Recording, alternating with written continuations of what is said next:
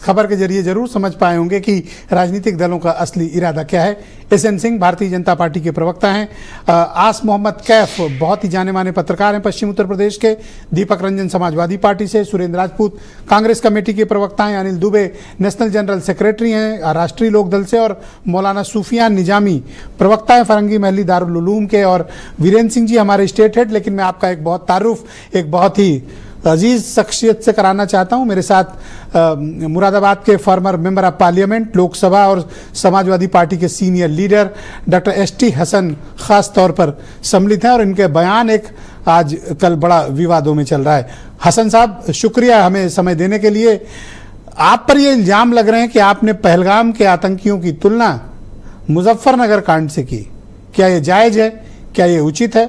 और deputy chief minister Brajesh Pathak ने कहा कि आप शरिया कानून लाना चाहते हैं, उसके हिमायती हैं। आपका स्टैंड क्या है? देखिए ब्रजेश भाई, टेररिस्ट की डेफिनेशन क्या है? जो लोगों को आतंकित करे, टेरराइज करे, इस तरह से जो सारे एडमिनिस्ट्रेटिव मशीनरी को बाईपास करके वो सारे काम खुद करे जो एडमिनिस्ट्रेटिव मशीनरी करती है। और जब किसी ने अपना नाम हिंदू बताया तो उसकी पैंट उतरवा के चेक की गई। क्या ये टेरराइज करना नहीं है? टेररिज्म का मतलब ये नहीं है टेररिस्ट का क्या गोली मार रहे हो, तो मेरा तो टेरराइज करते हैं। इस तरह से पैंट उतरवाना क्या उनका राइट था? मैं तो ये कहना चाहता हूं कि इनको ये इजाजत किसने दी? हमारी पुलिस देखती, प्रशासन देखता, लेकिन इनको ये राइट नहीं था। और ये कांवड़ यात्रा हजारों साल से होती चली आई है। आज तक तो कभी ऐसा नहीं हुआ कि कांवड़ यात्रा में इस तरह की बातें की जाए। मुसलमान भाई भी कांवड़ यात्रा का स्वागत करते हैं, भंडारे लगाते हैं और उनकी सेवा करते हैं। अब कौन करेगा जी? क्या ये सांप्रदायिक सौहार्द बिगाड़ने के लिए बड़ा कदम नहीं है कि एक कोई भी खड़ा हो जाए और लोगों को टेरराइज करता रहे और लोगों के ढाबे की चेकिंग करता रहे? ठीक है, यशवीर साहब को आज भी हरिद्वार में रोक लिया गया, लेकिन उनकी टीम आज भी काम कर रही है। तो इसके लिए तरीका यह है कि आप मुजफ्फरनगर के डीएम और एसएसपी से मिलते, एक डेलीगेशन बनाते और उनको जाकर शिकायत करते अगर कहीं कानून तोड़ा जा रहा है। देखिए, आप किसी भी एडमिनिस्ट्रेटिव अथॉरिटी से, डीएम या कमिश्नर साहब से, किसी से भी आप अगर मालूम करेंगे, किसी वकील से मालूम करेंगे, तो सब यही कहेंगे कि ये इलीगल एक्टिविटी है, ये हमारे संविधान के विरुद्ध है। इस तरह से तो कोई भी किसी भी दुकान में घुस जाएगा। कल को कोई संगठन खड़ा हो जाए कि साहब ढाबे चेक करने के लिए कि ये गाय का पेशाब तो नहीं मिला रहा है, कोई मुस्लिम संगठन शुरू हो जाए, कहीं हिंदू शुरू हो जाए, तो ये आखिर देश को कहां लेके जाना चाहते हैं? हसन साहब, मेरे पास आपके लिए कुछ सवालात हैं, और आपके ऊपर पहला इल्जाम इस बात का है कि अगर हिंदूवादी संगठन माचिस जलाते हैं तो एसटी हसन पेट्रोल का पूरा टैंकर लेकर खड़े हो जाते हैं। आपकी आवाज, हिंदू संगठन अगर माचिस लेकर आते हैं तो एसटी हसन पेट्रोल का पूरा टैंकर लेकर आते हैं। माचिस लेके आते? मेरा कहने का मतलब, अगर वो आग भड़काने की कोशिश करते हैं, आप उसमें पेट्रोल डालते हैं। अच्छा, हम अगर कोई भी नाइंसाफी हो रही है उसके खिलाफ कोई बात कहें, कोई सांप्रदायिक माहौल बिगाड़ने की कोशिश कर रहा है, अगर हम उसके ऊपर उंगली उठाएं तो हम माचिस दिखा रहे हैं उसमें। आप माचिस नहीं दिखा रहे हैं सर, आप पेट्रोल लेकर आते हैं, ऐसा इल्जाम है। इसको आप दिली मत लें, व्यक्तिगत मत लें, आपकी पॉलिटिकल प्रोफाइल पर यह आरोप है। ये बताइए कि जो लोग ये काम कर रहे हैं, क्या वो लोग उन लोगों को जस्टिफाई कर रहे हैं कि वो एक बारूद तैयार कर रहे हैं हमारे देश के लिए? आखिर अगर हम ही लोग नहीं कहेंगे तो फिर कौन कहेगा? सर, पश्चिम उत्तर प्रदेश में समाजवादी पार्टी का कोई नेता नहीं बोल रहा, अकेले एसटी हसन को ही तकलीफ है, इसीलिए लोग इल्जाम लगा रहे हैं। आपकी पार्टी के लोग भी अंदर खाने बात करते हैं कि आप पूरा पेट्रोल का टैंकर लेकर चलते हैं। देखिए, गलत तो गलत कहना और पेट्रोल छिड़कना, मैं नहीं समझता कि ये जायज है ये बात। जो चीज गलत है आप भी अपने दिल से पूछिए, आप भी गलत समझते हैं इस हरकत को, आप क्या इसको जस्टिफाई थोड़ी कर देंगे? मैं तो इसकी निंदा कर चुका हूं सर।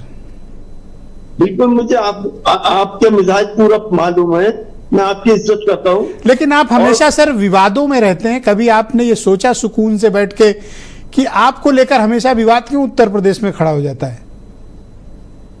देखिए, अगर सही को सही और गलत को गलत कहो तो विवाद की क्या बात है? लोगों को परेशानी क्या है? क्या बीजेपी के लोग इस बात को सही थोड़ी समझते हैं जो उन्होंने किया?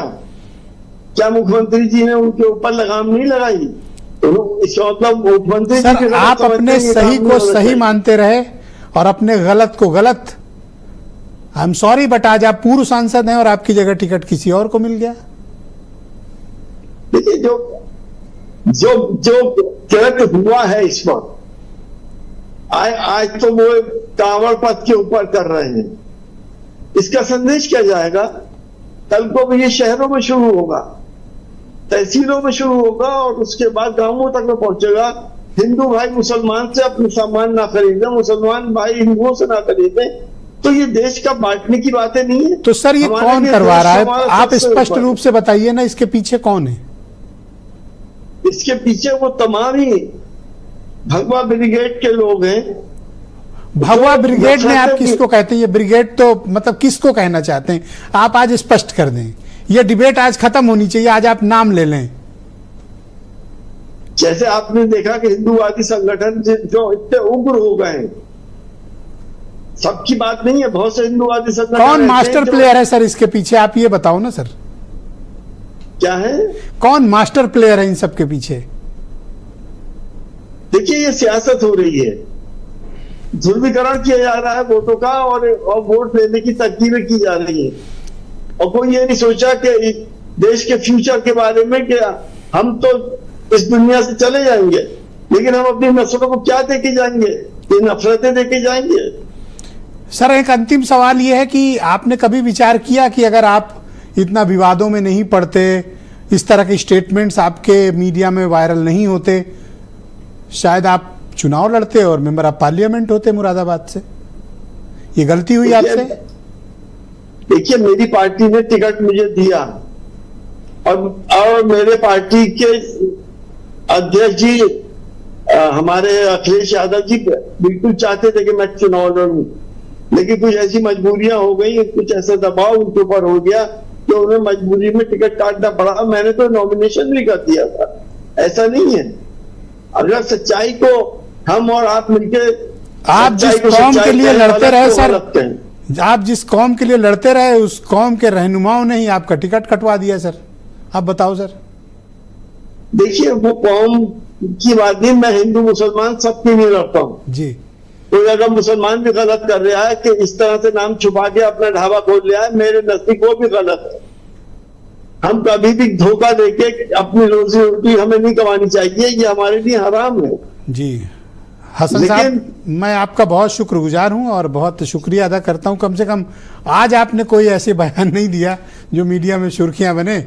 आपने एक तस्वीर प्रस्तुत की, मैं आपका आभार प्रकट करता हूं, धन्यवाद देता हूं, आपने मुझे समय दिया। आपका बहुत बहुत शुक्रिया ब्रजेश भाई, बहुत धन्यवाद आपका, बहुत शुक्रिया भाई। मैं इस डिबेट को आगे